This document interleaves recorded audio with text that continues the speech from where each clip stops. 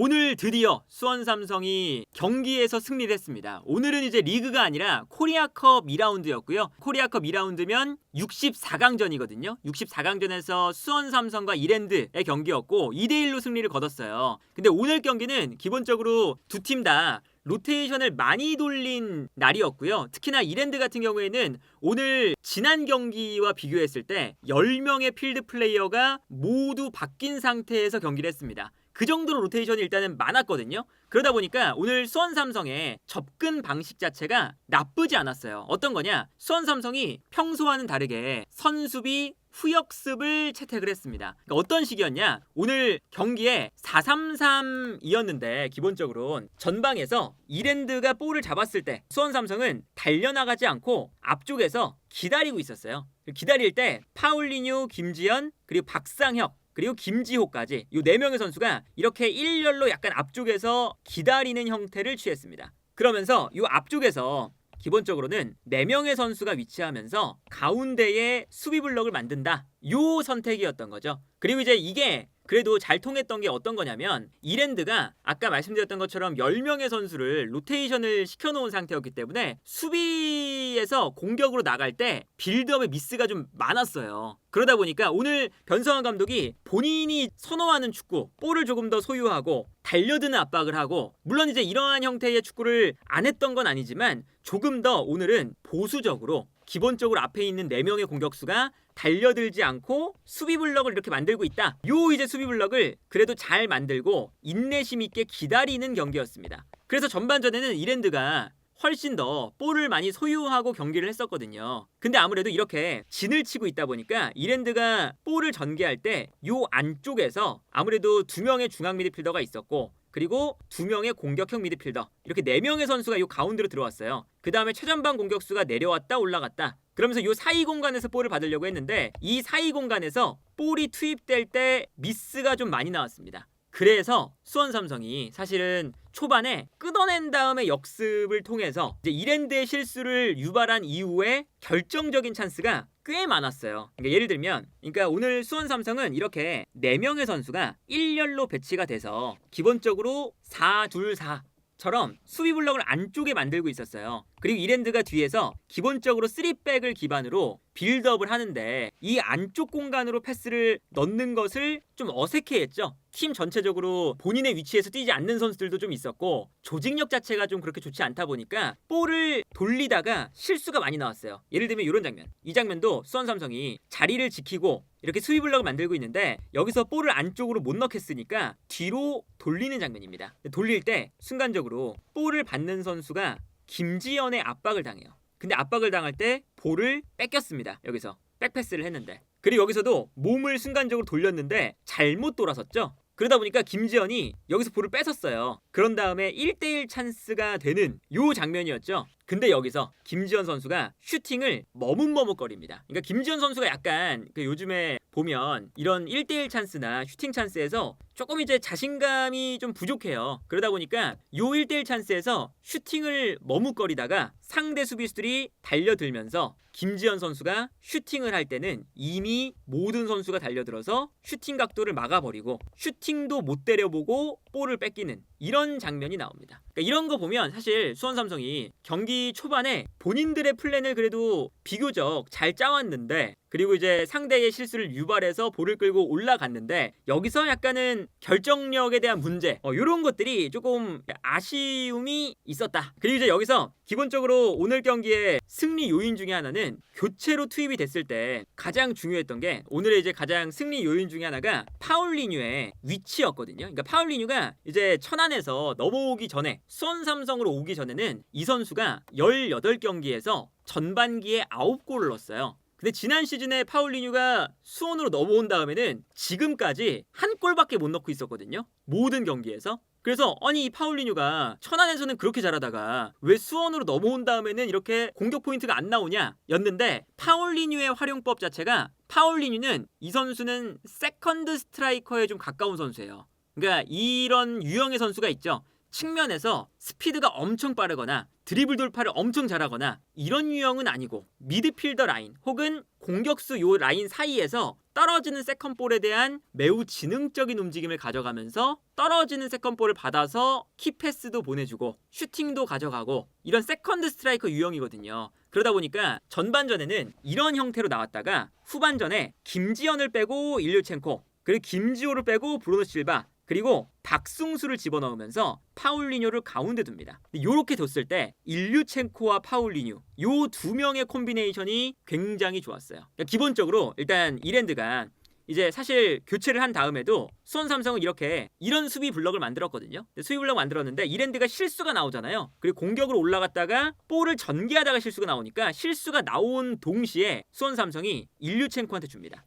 그럼 일류첸코가 볼을 받아서 파울리뉴나 실바 혹은 박승수에게 떨어뜨려 주는 거죠. 그러니까 일류첸코의 포스트 플레이를 사용하면서 특히나 파울리뉴가 요 주변을 돌아다니면서 일류첸코가 떨어뜨려주는 볼을 받아서 뛰어나가는 선수들에게 패스를 공급을 해주기도 하고 직접 본인이 슈팅을 때리기도 하는 이선 라인에서의 파울리뉴의 움직임이 오늘 변성환 감독이 일류첸코 밑에 기용하려는 순간 눈에 띄게 달라졌다. 그래서 예를 들면 오늘 경기 이제 후반전에는 일류첸코를 활용을 많이 했거든요. 이 장면 보시면 여기서 일단 수원 삼성이 볼을 가지고 있을 때 이랜드의 선수들이 앞쪽에 좀 무게중심이 쏠려 있어요. 근데 여기서 그냥 단순하게 일류첸코한테 줍니다. 그럼 일류첸코가 볼을 받을 때 파울리뉴와의 합이 되게 좋아요. 볼을 앞쪽에서 받을 때 순간적으로 파울리뉴가 좋은 공간으로 뛰죠. 이런 플레이를 굉장히 잘하는 선수고 일류첸코는 떨어뜨려주는 걸 잘하니까 여기서 뛰어들어가는 파울리뉴에게 떨어뜨려줍니다. 그래서 한 번에 일류첸코 파울리뉴가 되면서 바로 파울리뉴가 공격을 전진시키는, 그리고 여기서 이제 실바라던가 아니면 박승수라던가 일류첸코라던가 이런 선수들한테 이제 파울리뉴가 패스를 공급해주면서 키플레이어의 역할을 하는 거죠. 다른 장면도 보시면 이 장면도 마찬가지입니다. 여기서 파울리뉴가 볼을 가지고 있어요. 일류첸코가 앞쪽으로 움직이면서 볼을 받아줍니다. 근데 여기서 파울리뉴가 직접 경쟁하는 게 아니라 이렇게 일류첸코한테 주고 본인은 요 공간으로 뛰어요. 그러면 일류첸코가 파울리뉴에게 볼을 받아서 볼을 내주죠. 그러면 파울리뉴가 볼을 준 다음에 본인은 달려 들어가면서 여기서 볼을 받습니다. 그리고 일류첸코가 수비와 먼저 싸워줬기 때문에 파울리뉴가 볼을 잡을 때는 약간 여유로워져요. 그래서 파울리뉴가 여기서 일류첸코가 내주는 세컨볼을 받아서 뛰어들어가는 실바에게 패스를 찔러주는 이런 장면이 나와요. 이게 이제 이런 세컨드 스트라이커가 좋아하는 패턴이죠. 최전방에 키가 큰 선수, 덩치가 큰 선수가 있고 이 선수를 벽으로 활용하면서 주고받아서 패스 전개, 직접 볼을 몰고 들어가기보다, 그리고 직접 이제 상대 수비와 몸싸움을 하기보다 이렇게 앞쪽에 키가 큰 선수를 활용하는 게 어쨌든 오늘도 보면 이 파울리뉴의 플레이를 훨씬 더 활용을 잘한다. 그리고 사실은 이 파울리뉴뿐만 아니라 브루노 실바도 약간 그런 유형이에요. 브루노 실바도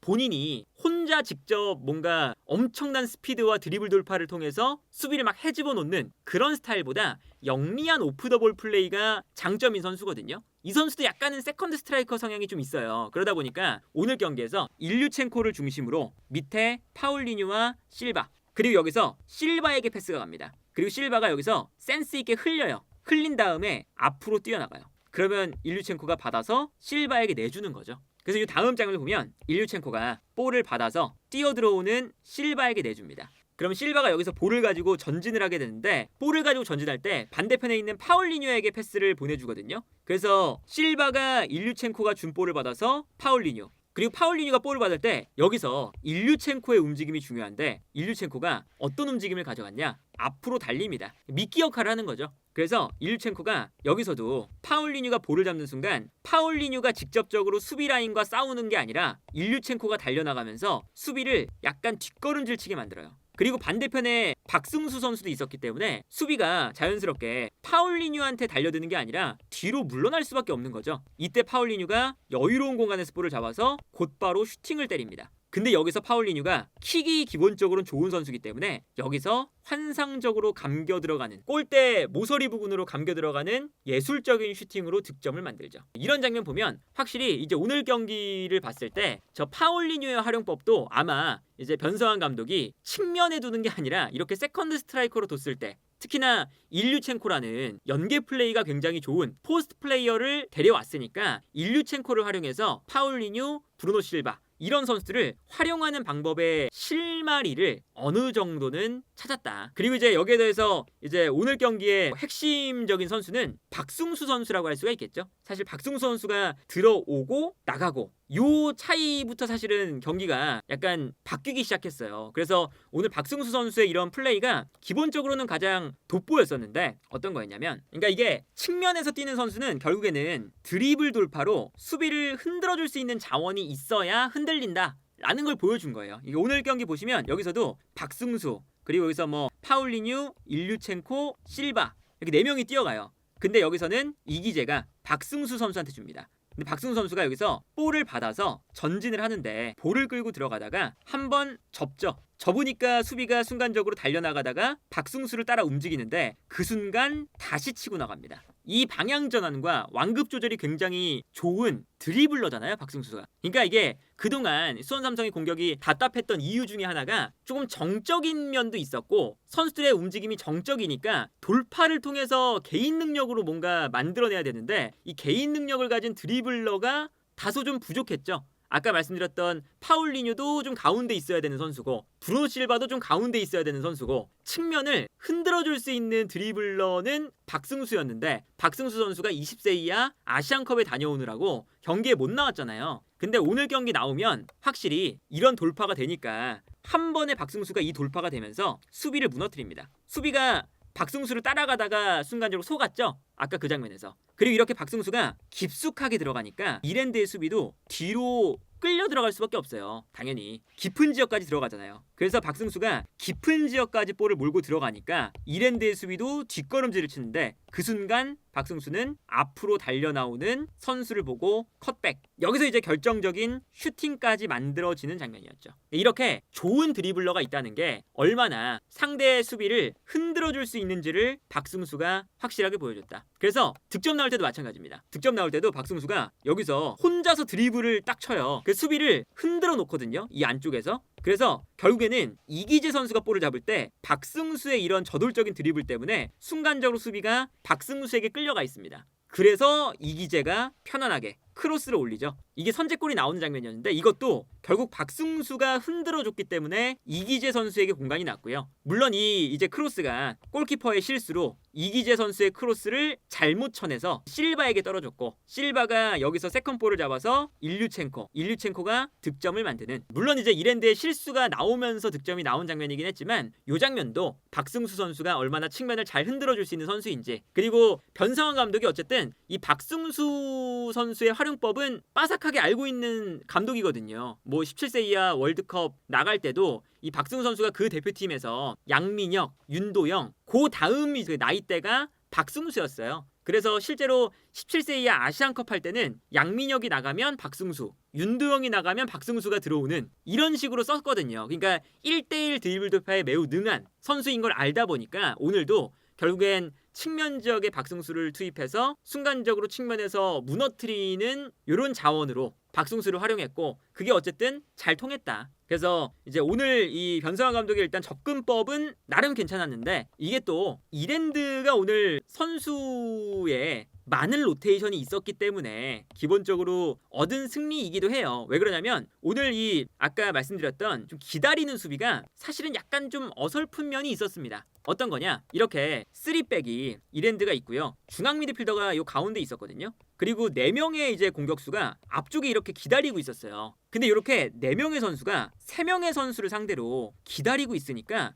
요 공간들이 사실은 좀 많이 나왔습니다. 특히나 실바라던가 박승수 이렇게 좌우 측면 공격수들이 요 공간으로 내려가는 게 아니라 요 앞쪽에서 3백의 왼쪽과 오른쪽 수비수를 좀 잡고 있었거든요. 그리고 이게 약간 간격을 좁히면서 가운데로 들어가는 볼을 주지 않으려고 이렇게 4명의 선수가 일렬로 배치가 됐죠. 근데 그러다 보니까 요 이제 좌우 측면 공간 순간적으로 공간이 나고, 여기에 대해서 이랜드가 중앙 미드필더들이 요 두 선수 사이, 그러니까 측면과 중앙 선수의 사이 공간으로 들어가면서 계속 여기서 내려와요. 그러니까 순간적으로 앞쪽에 있는 선수들이 이 선수를 따라가는 순간 미드필더 라인과 공격 라인의 사이가 벌어지면서 요 공간으로 이제 이랜드 선수들이 내려와서 볼을 받고 공격을 전개하는 이런 장면들이 많이 나왔어요. 그러니까 이랜드가 오늘 로테이션을 많이 돌리다 보니까 이제 공격에 대한 이제 세밀한 부분이 좀 부족해서 그렇지 이런 약간 수비 블럭을 만들었는데 이렇게 앞쪽에 있는 4명의 공격수가 일렬로 앞쪽에서 지키고 있다가 너무나 쉽게 한 번에 이랜드가 단계를 넘어온다. 공격 라인의 이제 라인을 넘어온다는 건 약간은 좀 어설픈 형태의 수비 블럭이었다. 그러니까 예를 들면 이 장면을 보면 순간적으로 이 4명의 공격수가 이렇게 일렬로 배치가 돼서 공간을 최대한 좁히고 있어요. 여기를. 그러니까 이제 이랜드의 선수들이 요 사이 공간으로 패스를 못 넣게 하겠다 이런 거죠. 근데 요 4명의 선수가 일렬로 배치가 돼 있다 보니까 요 공간이 비는 거예요. 좌우 공간이. 측면 수비수의 요 공간을 측면 공격수들이 안 내려오니까 당연하게도 공간이 좀 빕니다. 그래서 이랜드의 측면에서 볼을 끌고 그대로 올라가요. 근데 올라가는데 여기에 선수가 없으니까 편안하게 이 공간을 내주는 장면이죠. 여전히 이제 요 공간이 비어있죠. 수원의 압박 라인은 최전방에 일렬로 배치가 돼 있고요. 요 일렬로 배치가 돼 있다는 게 여기서 볼을 끌고 앞으로 움직이는 순간 볼의 위치보다 4명의 선수가 뒤에 있게 돼요. 그러니까 볼보다 뒤에 있다는 건 수비가 안 된다는 거거든요. 그러다 보니까 여기서 볼을 끌고 이랜드가 옮겨가는 순간 한 번에 요 4명의 선수를 제끼고 올라가는 거죠. 그래서 편안하게 요 공간으로 올라와서 심지어 수원 삼성의 라인이 약간 올라와 있으니까 볼을 끌고 올라가다가 달려가는 선수에게 패스 편안하게 이 패스가 들어가면서 한 번에 수원 삼성의 수비 공간이 무너지는 이런 장면을 볼 수가 있었습니다. 그래서 이 다음 장면을 보면 편안하게 이제 이랜드가 이 측면 공간을 무너뜨리는 장면이죠. 다른 장면도 보면 이 장면도 똑같이 일렬로 배치가 돼 있죠. 좁은 공간 만들고 있어요. 근데 2명의 미드필더와 4명의 공격수 이렇게 배치가 됐을 때 여전히 이 측면 공간이 크게 비어 있습니다. 그래서 이 공간으로 한 번에 점프가 되면 너무나 쉽게 이 공간에서 볼을 받게 되고요. 이 공간에서 이제 공격을 쉽게 풀어나가는 이게 이제 아무래도 오늘 서울 이랜드가 약간 로테이션을 많이 돌려서 그렇지 수원 삼성의 이 압박 라인과 수비 블럭이 그렇게 조직력이 좋진 않았다. 그리고 일단 수원 삼성은 이제 오늘 경기도 사실 마지막에 좀 동점을 허용할 뻔했어요. 사실. 그러니까 수원 삼성의 문제는 결정력이 부족하죠. 그러니까 오늘도 일단 이랜드에 실수가 많습니다. 이 장면. 여기서 서울 이랜드가 백패스를 했는데 걷어내면 되잖아요. 근데 걷어낸 게 잘못 맞아서 볼이 요 앞으로 튀었어요. 말도 안 되는 이제 실수가 나온 거잖아요. 근데 여기서 이 볼이 떨어지니까 파울리뉴가 달려가거든요. 그래서 볼을 파울리뉴가 잡았습니다. 떨어지는 볼을. 완벽한 1대1 찬스죠. 근데 여기서 파울리뉴가 머뭇거리다가 일류첸코한테 줬어요. 본인이 마무리를 안 하고. 근데 이미 뒤에서 수비가 달려오고 있었죠. 이 결정적인 찬스를. 그래서 일류첸코가 슈팅을 하기도 전에 수비가 달려와서 파울리뉴의 패스를 끊어버리는 장면이 나옵니다. 요 이제 결정적인 찬스도 못 살렸고요. 이 장면도 서울 이랜드가 패스 여기서 이제 볼을 봤는데 이때 압박이 굉장히 잘 됐어요. 김상준 선수가 압박을 하면서 여기서 볼을 뺏었습니다. 그래서 후방 빌드업에서 이렇게 미스가 나오니까 볼을 뺏자마자 바로 결정적인 찬스거든요. 근데 볼을 뺏어서 패스 파울리뉴의 결정적인 이런 찬스였는데 여기서도 파울리뉴가 마무리를 결국엔 못 지었죠. 이런 장면들. 그래서 오늘 수원이 사실 3대0, 4대0으로 빨리 좀 달아날 수 있는 장면들이 많았는데 마무리를 못 지으니까 마지막에 이게 따라갈 뻔한 장면이 나와요. 이랜드가. 요 장면이었죠. 이게 페드링요의 손흥민 골. 그러니까 흔히 말하는 코너킥 골, 올림픽 골인데 여기서 코너킥을 아주 바싹 감았어요. 근데 여기서 이제 아무래도 김정은 골키퍼가 자리를 못 잡고 있었습니다. 좀 경험이 적은 골키퍼잖아요. 그러다 보니까 이 볼이 그대로 넘어가면서 김정은 골키퍼를 속였죠. 그래서 김정은 골키퍼가 슈팅을 예측을 못하고 페드링요의 요 슈팅에 그냥 먹혔어요. 그래서 요 골이 일단은 김정은 골키퍼의 실수이기도 하지만 저 골이 이제 사실 들어가기 전에 3대0, 4대0 이렇게 좀 만들어놨다면 그러면 조금 마음에 부담감을 덜고 그래도 경기를 볼 수 있지 않았을까 그런 아쉬움은 남는다. 그래서 마지막에 이제 그 변상환 감독도 이기고 있는데 위기 상황들이 많이 나오니까 표정이 일단 좋진 않았죠. 우리가 득점할 수 있는 찬스가 이렇게 많았는데 마지막에 결국에는 2대1, 2대2까지 따라잡힐 만한 가능성이 생기니까 이런 이제 안 좋은 표정을 지었거든요. 그러니까 이런 거 보면 기본적으로 수원 삼성은 그 결정력에 대한 문제 이런 게 여전히 발목을 잡고 있다. 그래도 다만 이 수원 삼성이 오늘 파울리뉴나 브루노 실바 이런 선수들의 이제 활용법을 어느 정도 그래도 실마리를 찾을 수 있던 경기였고 리그에서 1승 이후에 1무 2패 아주 안 좋은 성적이 이렇게 나왔었잖아요. 근데 그래도 분위기 반전을 할 수 있는 코리아컵에서의 승리. 다만 코리아컵에서 오늘 이겼지만 이기고 올라가서 만나는 상대가 이제 32강전이잖아요. 32강전에서 김천상무를 만납니다. 김천상무와 수원삼성의 전력차가 지금 꽤나 있는 상태이기 때문에 어렵겠죠. 어렵겠지만 어쨌든 분위기 반전을 할 수 있는 그런 상황을 만들었다는 것에 일단 수원삼성은 그래도 어느 정도 기대감을 가질 수 있는 승리였다.